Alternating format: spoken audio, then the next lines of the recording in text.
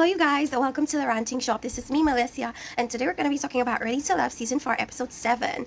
Normally I don't really read the titles, so I have no idea what the titles are, or if I do, I don't remember.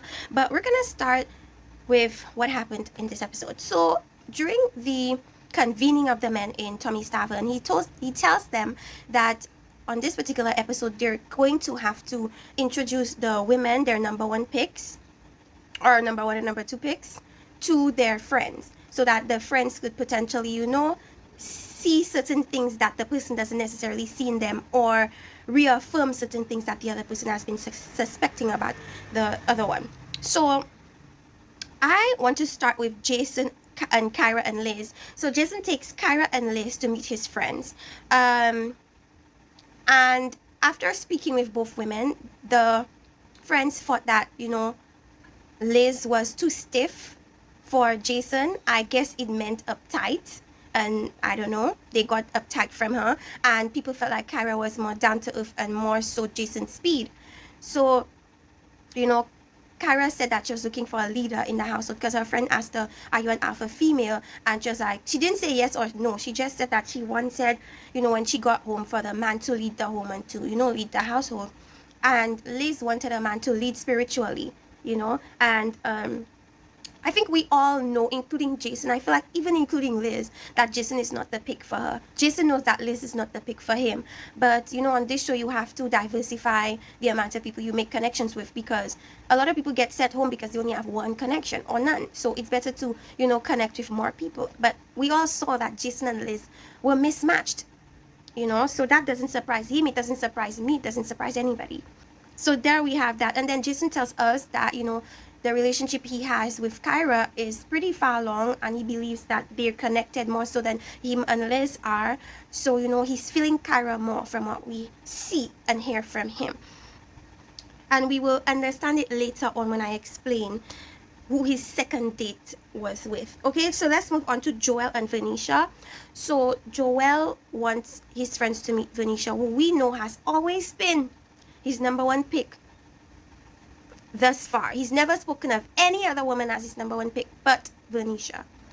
So he is catching some vibes from Venetia that is sending red flags through him, and one or two of it includes the fact that she's clingy too soon, and she's also a bit controlling, and the friends see it as somewhat of a red flag, even though they say that she's a nice woman.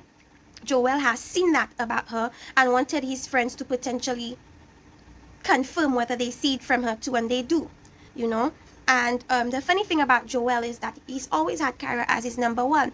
However, later in the episode, you will see, or we saw, that Joelle quickly changed his number one pick from Venetia to Kyra, and that shocked everybody, including the viewers, because he's not mentioned Kyra not even once during the deliberation processes up until this point. So everybody was shocked, and he basically was saying that it's because they had a fight the night before, and it really made him reevaluate some things about Venetia. And I saw it as the fact that we're starting to see some cracks with Joelle, and of course some cracks with Venetia as well. Venetia is of course too clingy and too controlling, I guess too soon, and that's something that I guess Joelle saw and was like, he doesn't know if he'd be able to get through that, and then Tommy says, well, relationships have ups and downs, but at the end of the day, Tommy, they're in the dating phase, and it's already gotten to a point where he's already wanting to change his whole decisions on Venetia. So that tells a lot about how successful these people could potentially be in the long term, and it doesn't seem like they'd be very successful. He's already willing to jump ship to Kyra, who we've never heard him mention before, ever. So it's like, is Joelle willing to go through ups and downs with people, or is he just wanting smooth sailing? I understand that early on in a relationship, there shouldn't really be red flags. There shouldn't really be this much disagreement, but I guess the earlier you see it, the better for you moving forward, So we're going to see where that relationship goes. We're already seeing cracks in it. We're already noticing that it's not perfect. Do I believe that Joelle is really seeing something with Kyra? No. I think he said Kyra's name because who else would he choose? Like, his only number one has been Venetia. you know. And I guess when he reevaluated things, he came to the conclusion that, you know, perhaps Kyra would be the, I guess, better number one as far as getting along is concerned. But I don't think she's really his number one or still his top. Venetia is still his top, but because they've gone through a rough patch, he's already jumped ship. So that shows like where he's at, and maybe it shows a little bit about how he deals with tough times in a relationship, and that is also a red flag on Jason's part. Anyways, Chris and Amber have a pretty cool date. I don't think there's nothing much to really speak about for their date. It was pretty normal, nothing eventful really happened. However, I do have to ask Amber if Chris is really, or could even potentially be her soulmate, or is she just settling for Chris because so far he's been the most agreeable for her? I don't know. That's something we'll have to see later on. But so far, Chris and Amber are each other's number one, so they're pretty secure in that relationship so far. So then we have Ron, Chris, and Alexis, and the place that they chose to meet on their date to get to know his friends so very weird to me. I mean, if you're gonna meet someone's friends, I'm pretty sure that the most appropriate place wouldn't be a club. But for Ron, I guess he thought that that was the best place for them all to meet. But I'm looking at it as this is the most awkward place for you to get to know somebody's friends, is on or in a club.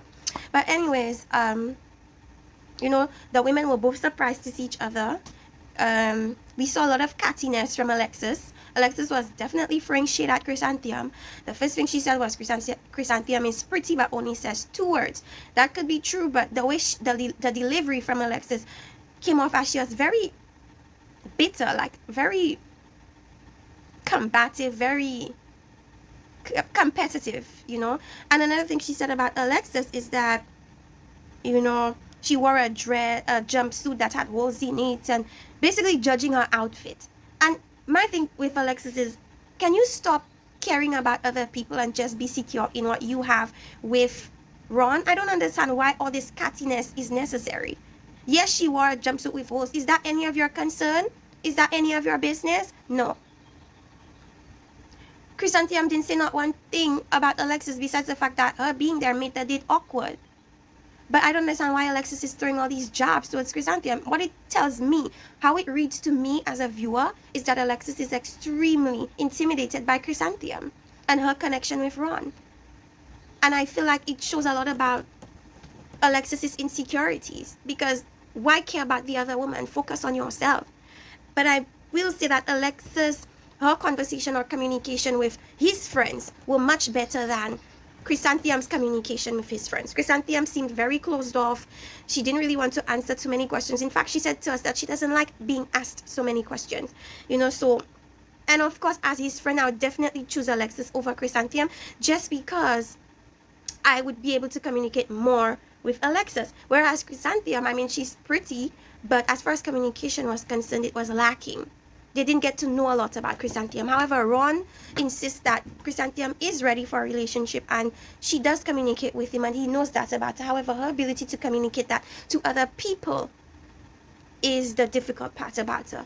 So Ron says that Chrysanthemum is the female version of him, and we all know that Ron has said that he's a rock star. So if he wants to continue on this rock star lifestyle, then Chrysanthemum is the person for him. However, if he really wants a long-lasting relationship where he's able to elevate, then Alexis is the person for him, and he knows that, and his friends have picked up on that, you know.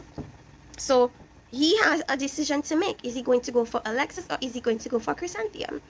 A lot of people want him to go for Chrysanthemum simply because they do not like Alexis, but I do believe that as far as what he says he wants, Alexis is the better choice for him. However, I don't think outside of the show that these two are meant for each other. I don't believe that these two would last outside of that show, because they're just fundamentally different. They're fundamentally different. Alexis is more spiritual, more religious, and Ron is not. And that is a big foundational issue. And I don't think that that would cause them to really have any type of longevity with their relationship. But for the show, I guess. And I feel like the thing with Alexis, she is always mentioning number one. Oh, just make sure. Number one, number one, number one. It's sickening at this point. It's sickening. It's annoying. I'm sick of hearing her always having to almost check with Ron. Am I still your number one? I'm sick of it. I understand that for security basis, you ask just to make sure, but I feel like it's something that you should feel and should know without having to, like, verbally always having to confirm with him. And that just reiterates the fact that Alexis is very insecure. She is an insecure woman that needs constant validation. And is Ron ready or willing to constantly validate Alexis when she's insecure? I feel like that's another thing that would be a problem for them moving forward.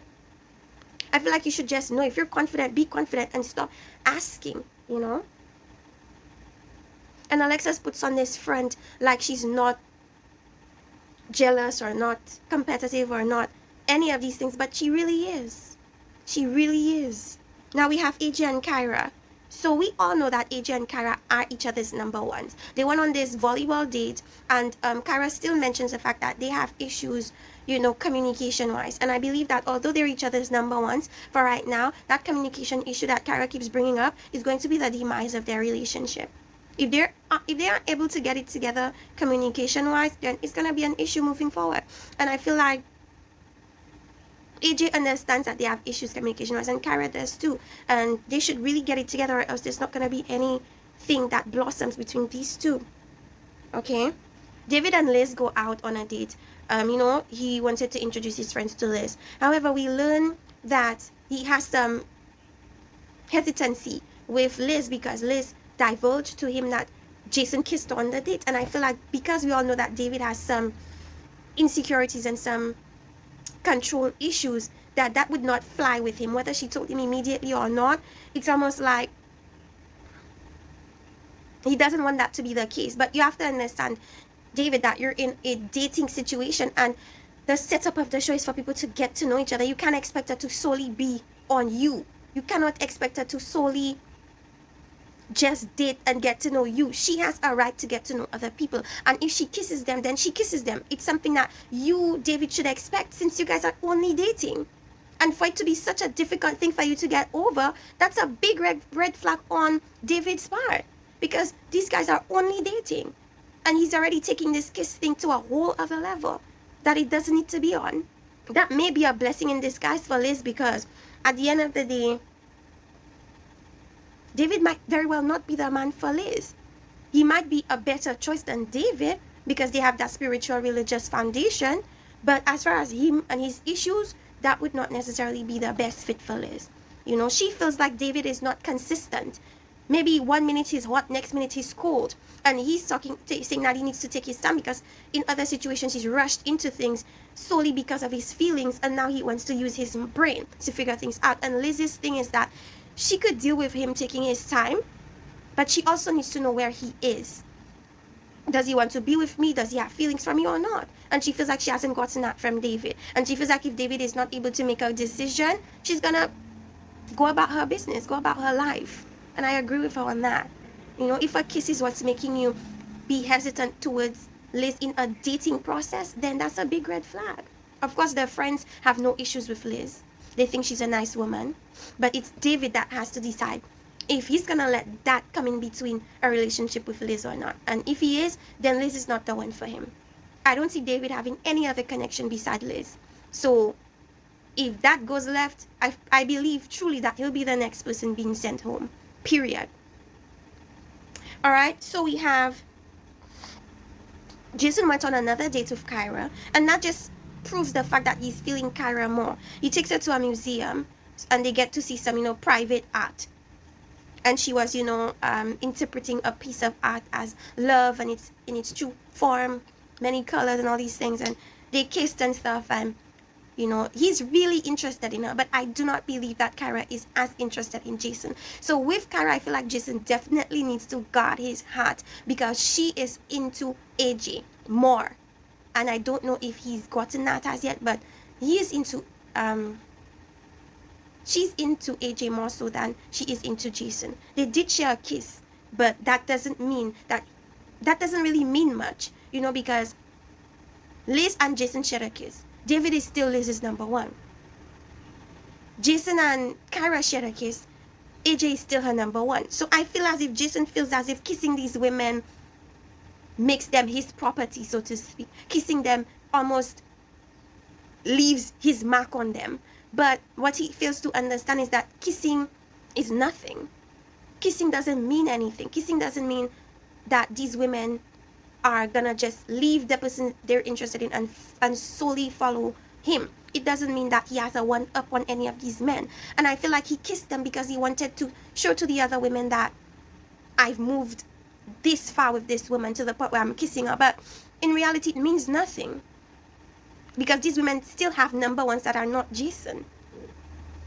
So Jason needs to really reevaluate his method and notice that and realize that kissing these women don't mean anything as far as his placement on their list. So during the deliberations, we come to the realization and surprise that a lot of these men chose Kyra as their number one pick, because Tommy asked them, if you have to, leave here with one woman, who would that woman be? And we were all surprised when Joelle said Kyra, because Venetia has been his number one.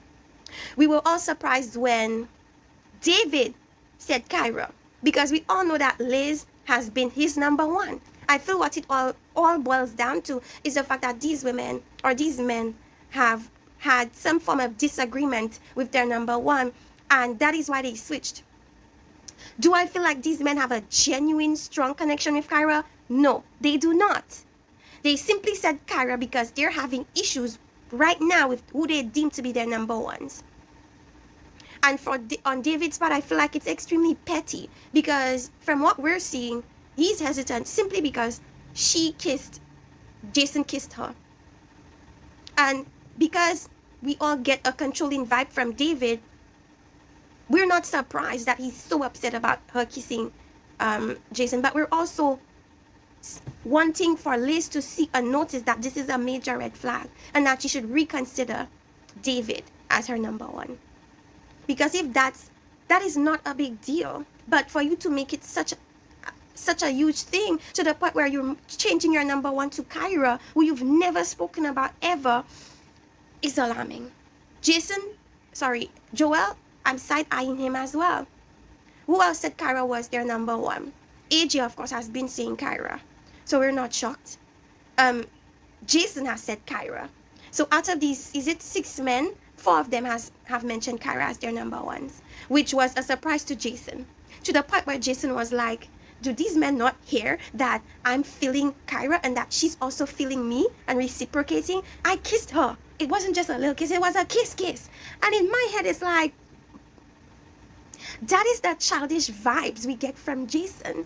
His response at that particular point almost justifies why we feel like Jason is so young.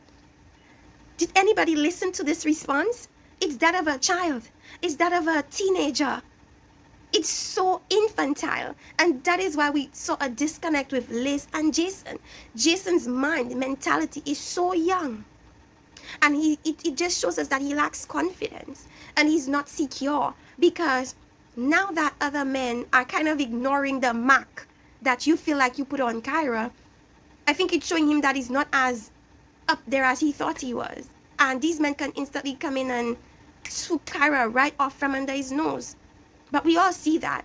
It's just that he's coming to the realization that he really has to put in work with Kyra. Is he willing to do that? We will see later on. Will he jump ship because he feels like Kyra is gonna be too tough to get? We will see. David not mentioning Liz as his number one kind of annoyed me. And he just took Kyra. Kyra has become everybody's safety net. If I'm not feeling my number one right now, I'm going to mention Kyra's name. But they're truly not feeling Kyra like that. I don't think so at all.